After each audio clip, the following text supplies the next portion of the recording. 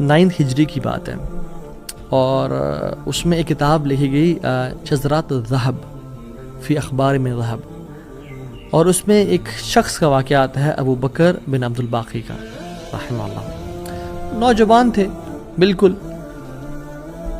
انہوں نے وہ بیت اللہ گئے، اور جب وہاں گئے تو انہوں نے اپنا سارا فریضہ سر انجام دیا. کچھ دن گزرے تو وہ ہی واز ناٹ ویری رچ. ان کا راشن جو تھا وہ ختم ہو گیا، اور جب راشن ختم ہوا تو بھوک اور پیاس کا عالم. مکہ کے ایک دن گلی میں جا رہے تھے تو ان کو نا ایک پیکٹ ملا. انہوں نے اس پیکٹ کو اٹھایا، تھوڑا ہیوی تھا وہ. انہوں نے کہا چلو میں کمرے میں جاتا ہوں اور دیکھتا ہوں کیا ہے اس میں. کمرے میں گئے تو ایک ایسا ہار تھا جو کہتے ہیں میں نے آج تک نہیں دیکھا تھا.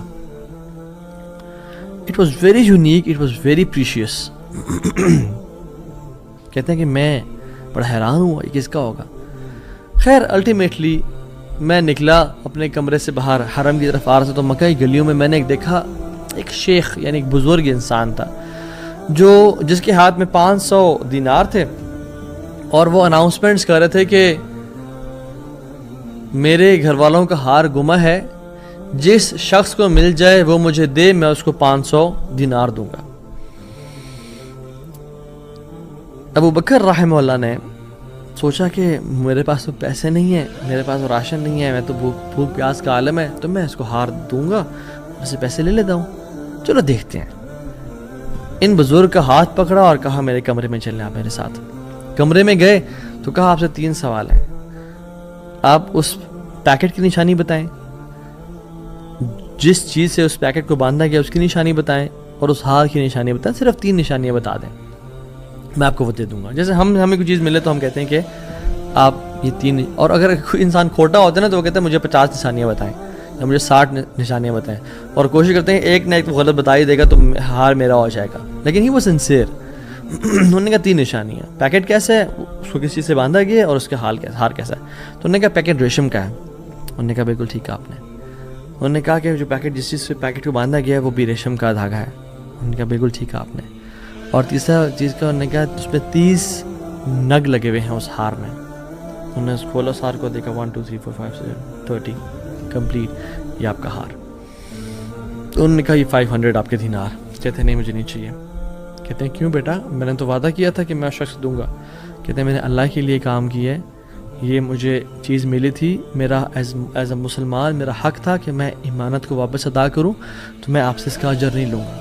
حالانکہ ان کو نیڈ تھی، لیکن کہا کہ نہیں میرا اجر اللہ تعالیٰ سے، واللہ لا اخذھا، کہ میں اللہ کی قسم اس کو نہیں لوں گا آپ سے. وہ بحث کرتے تھے کہ لو تم نے لینا ہے، وہ کہتے ہیں میں نہیں لینا آپ سے، آپ چلے جائیں، یہ میں نے اپنا امانت ادا کی ہے، میں نے کوئی احسان تو نہیں کیا آپ پہ. وہ بزرگ بڑا حیران ہو کہ یہ کیسا نوجوان ہے. خیر وہ چلے گئے. کچھ عرصے بعد ابو بکر بن عبد الباقی رحمہ اللہ کہتے ہیں کہ میں فائنینشلی اسٹیبل نہیں تھا، تو میں نکلا کچھ تجارت کرنے کے لیے.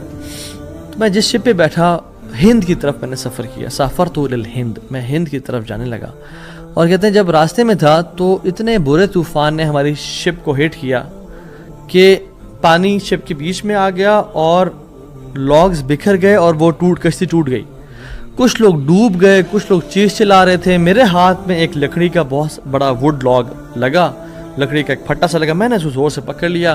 وہ مجھے جو ہے نا وہ سلولی اینڈ گریجولی کنارے پہ لے آیا. میں جب اس آئی لینڈ پہ پہنچا تو دیکھا الحمدللہ وہاں پہ بالکل وہ ابینڈنڈ آئی لینڈ نہیں تھا، وہاں پہ لوگ آباد تھے. کہتے میں جب اندر گیا آئی لینڈ کی طرف اور دیکھا الحمدللہ مسلمان لوگ تھے اور وہاں پہ مسجد بھی تھی اور گھر بھی بنے ہوئے تھے. تو کہتے ہیں میں سیدھا مسجد چلا گیا. ایسے لانگ سٹوری شارٹ کر کے بتاتا ہوں. مسجد میں کہتے ہیں میں جا کے قرآن پڑھنا شروع کر دیا.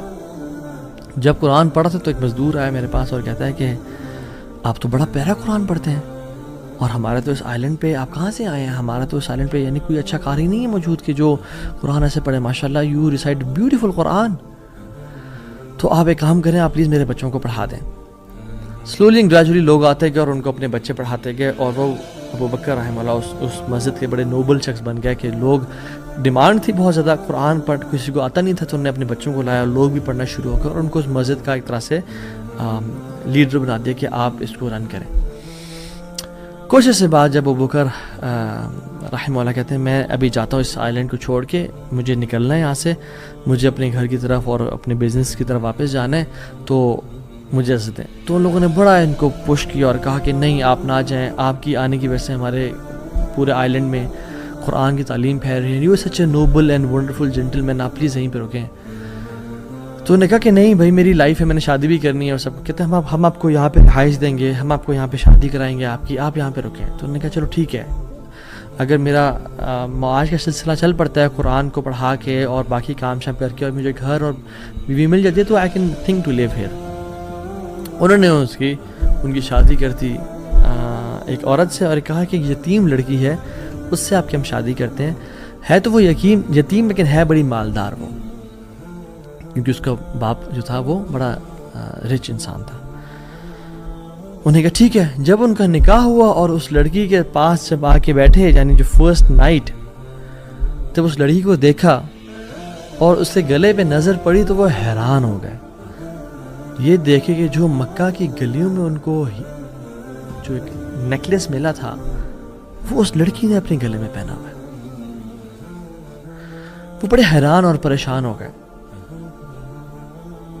کچھ ٹائم بعد جب لوگوں نے پوچھا سب معاملات ٹھیک ہیں, سب سیٹ ہے, کوئی مسئلہ پریشانی تو نہیں, کہتے ہیں کہ سب ٹھیک ہے الحمدللہ. ایک چیز میرے ذہن میں ہے جو جس کا جواب نہیں ملا مجھے. کہتے ہیں کہ جو میری بیوی ہے, اور میں سے پوچھ بھی نہیں سکا ابھی تک کیونکہ حیا اور شرمندگی ویسے کہ یہ تم نے کہاں سے ملا, because it's very expensive necklace.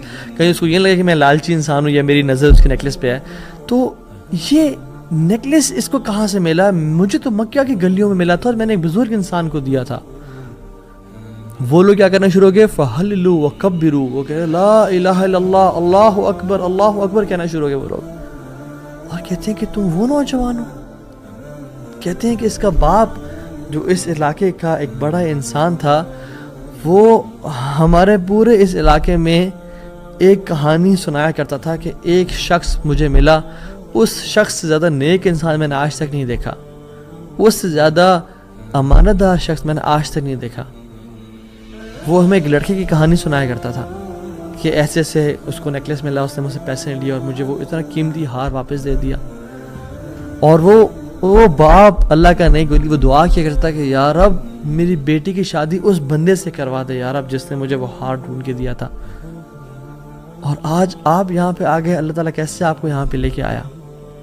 اور وہ بڑا حیران ہوئے کہ سبحان اللہ, کس طرح سے انہوں نے ہار اللہ کے لیے دیا اور اس کا اجر صرف اللہ سے کی امید رکھی, اور اللہ تعالیٰ نے کہاں سے لا کے ان کو یہاں پہ ان کی شادی کروائی اور ان کی لائف کو سیٹل کیا, اور ہار بھی ان کو واپس لوٹا دیا.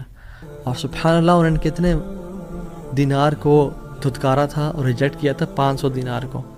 کہتے ہیں کہ مجھے ایک ٹائم میں لائف کے ہمیں ضرورت پڑی ہسبینڈ وائف کو, تو ہم نے کہا کہ اس ہار کو بیچ دیتے ہیں. جب اس ہار کو ہم نے بیچا تو اس کے 5 لاکھ دینار ہمیں ملے, 5 لاکھ دینار اس کو ملے. یعنی سبحان اللہ 500 کو انکار کیا اور اللہ تعالیٰ نے 5 لاکھ دینار واپس کر دیے. ہار بھی دے دیا, ہار والی بھی دے دی, سیٹل بھی کر دیا لائف کو.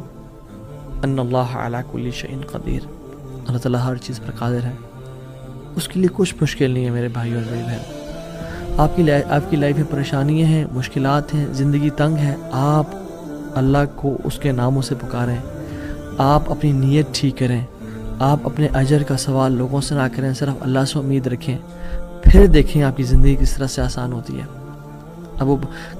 پھر قاضی بن گئے, قاضی ابو بکر بن عبد الباقی رحمہ اللہ, and he became a very famous person in the history. ان کے ساتھ جو اللہ تعالیٰ نے واقعہ کیا, اللہ تعالیٰ آج بھی وہی رب ہے, آج بھی وہ اپنے رحمت خزانے کھول سکتا ہے اور قدرت کی دریا بہا سکتا ہے, اور ہماری زندگی میں ہماری جو مشکلات ہیں, پریشانی ہیں, وہ دور کر سکتا ہے. بس ہم نے کرنا کیا ہے, ہم نے گناہوں سے بچنا ہے, ہم نے نیت صاف کرنی ہے, ہم نے حرام سے